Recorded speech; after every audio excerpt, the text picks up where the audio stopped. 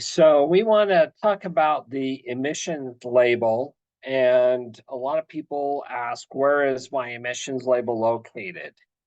So that could be under the hood. In this case, on this vehicle, it is attached to the hood. So we would look after lifting the hood, we would look directly to the hood itself. This is directly on top of the radiator support. So this directly on top of the radiator support gives us the emissions label along with some other labels. Some vehicles will put their emissions label directly on top of the air cleaner housing. So a lot of the newer cars are doing this. Particular General Motors, for example, will have this one located here. And some of them are on the strut tower, on the side of the strut tower, on top of the strut tower. So usually could be in a variety of spots under the hood, but know that you're going to eventually try to find it under the hood, on the hood, sometimes in front of the engine on that radiator support. So what do I need to know from this label? Maybe you're going into the parts store, you're asking for a particular part. They ask you some questions pertaining to the emissions, if it's federal or California regulated emissions, which would make a difference on buying some parts. So that's usually the main thing. If you're a technician and you are working with emissions, you need to understand the label a little bit more than just a regular person. But there's some things on this label that we can go through and kind of identify. So the first thing is this catalyst. So you can see on the emissions label, there's the catalyst word, and a catalyst is a substance that reacts with exhaust gases to change their chemical structure. And a catalytic converter is a device that uses a catalyst to filter out harmful byproducts from cars' exhaust gases.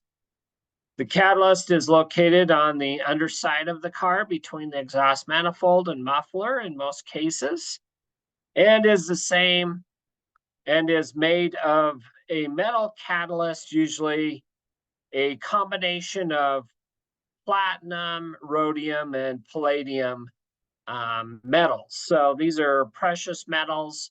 You've probably heard about how these get taken all the time because they're worth a lot of money, and the catalytic converter has these metals located in them to help reduce emissions. So as we look up our part and we go in and talk to the parts store, this is usually the most important part pertaining to the information. So you just read through this paragraph and it gives you a variety of information. It says this vehicle conforms to US EPA interim non-tier 2 bin 8 regulations applicable to gasoline fueled 2005 model year new passenger cars and qualifies as a ULEV1. So that's ultra low emission vehicle 1 under California cleanest vehicle regulations. So in this paragraph, this is rated for California emissions. If it didn't say California, it would say federal instead. So some of the things that maybe we're not familiar with is what it was referring to as what's a bin and what's a tier and all this stuff. Well, this is a smog rating chart for emission purposes, and you can see the smog rating 1 on the far left side being worst and 10 being the best down at the very bottom left. The US EPA Tier 2 level, bin 8, you can see it's in that Category 2 box, which it is talking about on this 2005 vehicle. This is not the best smog rating because it's in that level 2, but you can see as the bins go down to 1, this represents that this allows less emissions coming from the tailpipe down to the very last level here, B1. And you can see that the US EPA Tier 3 level came out, and it shows the bins in 5 to 10 being the best, with numbers representing those levels.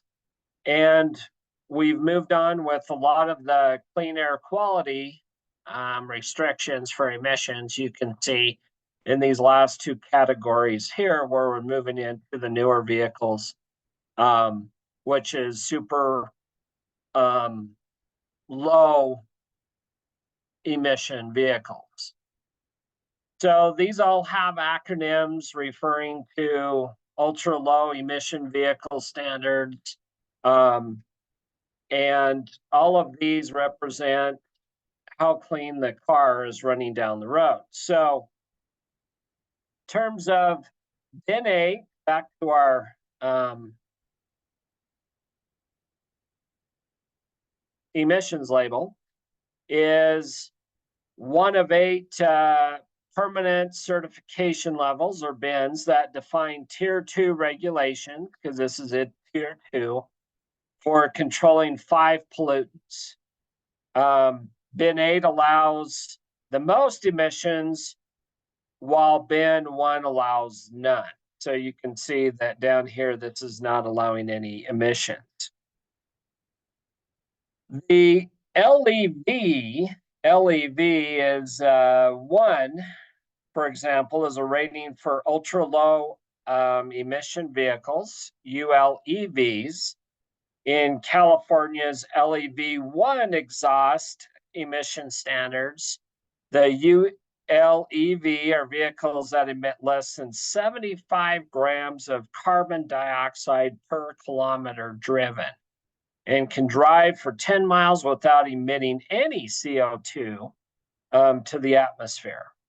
These ULEVs are a step above the low emission vehicles LEV standard. So we've got like an LEV here, but they don't yet qualify for super ultra low emission vehicles like we see in this category. So of course, the super ultra low emission vehicles are burning a lot cleaner, and you can kind of see the evolution of these emission guidelines.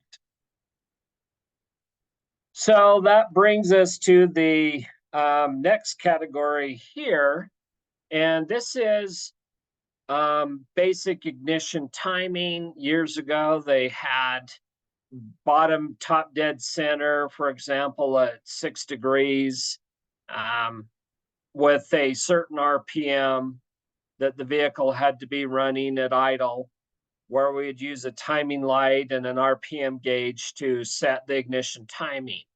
This particular vehicle is controlled with the computer and their factory adjustments, and they cannot be made. So this vehicle has a coil on plug with a cam and a crankshaft sensor where the computer interprets what is needed. So you can see in the box next to it, no adjustments needed for the ignition timing so that the air fuel mixture is burning properly. Moving to this box, back up at the top, you see 2 TWC. So that is a 2, meaning 2 of them, twin WC, 2-way catalytic converter. So two-way catalytic converter, years ago in the early 80s, there was a catalytic converter that just focused on hydrocarbons and carbon monoxide levels. And then they came out with the two-way catalytic converter that focuses on hydrogen, hydrocarbons, carbon monoxide, and oxides of nitrogen levels. So most of the newer cars will have that TWC, meaning two-way catalytic converters. We have two heated oxygen sensors. Notice in parentheses, that's two. So there's heated oxygen sensors in front and behind the catalytic converter to monitor its efficiency. So you're going to have one in front of the cap, one behind the cap. SFI is a sequential fuel injected vehicle. And this is OBD2 certified, meaning onboard diagnostic generation 2 certified, which came out in 1996 in newer cars. Some vehicles introduced that in 95, but it was mandated in 1996 in newer cars for emission regulation purposes. Moving down to the engine size, this is a 2.7 liter engine size. You see there is a couple of word or sentences or words and numbers underneath this 2.7 liter. The 5CRX V02.7 VE0 is actually representing the engine family test group. So this engine test family group is a Chrysler Dodge engine family. They use this engine on the Chrysler Sebring four-door, the Chrysler Sebring convertible, and the Dodge Stratus the Dodge Stratus four-door, which we have as a shop vehicle. The 5CRX-R0130 GMA represents a alphanumeric character for the California Air Resource Board. And this is used on this engine, identifying the emission components. There is another number. Instead of the GMA, it's a GB is in Bravo A, and that includes an EGR valve. So if you see the GBA instead, this would have an EGR valve as an added emission component. The spark plugs gap is at 50 thousandths of an inch or 1.27 millimeters, depending upon the gap gauge that you have, if it's standard or metric. And then the RE10PM5 represents a part SKU number used for a Champion spark plug to change the spark plugs out. And this was a platinum tip electrode that they used for this particular vehicle. So they actually gave us the part number for the spark plug. Moving on to the map over here on the side, a lot of manufacturers will have a map with some emission components labeled for identification purposes. This particular one has a map of where the engine is, the valve cover representation there, the map sensor you can see on this display with the intake manifold, the PCV valve. It's identifying all of the emission-related components that is needed on this vehicle to help it burn cleaner and more fuel efficient. Below, you can kind of see here where we've zoomed in. It gives us a description also on all of the items that help for emission purposes. So all of these with the map those numbers and codes and whatever is identifying the engine to help us to show what the vehicle's equipped with to help standardize the emission levels and tells us the level of emissions that it produces. So as you're going through this assignment, you need to first locate the emission label. You need to also gather some information from this label. After you gather the information from a label of a different car in the shop, we want you to write down this information. You might have to Google a few things to understand the label a little bit better, but we want you to become familiar with these labels because this identifies the vehicle's engine size. Most importantly, is it California or federal emissions when I'm going in to buy a particular part. If you don't know what emission components the vehicle has, again, you can refer to this and see what it's equipped with to help lower those harmful gases. Other than that, good luck. Hopefully this helped you to understand the label, and don't forget to fill out the information and put your name on the paper when you turn it in.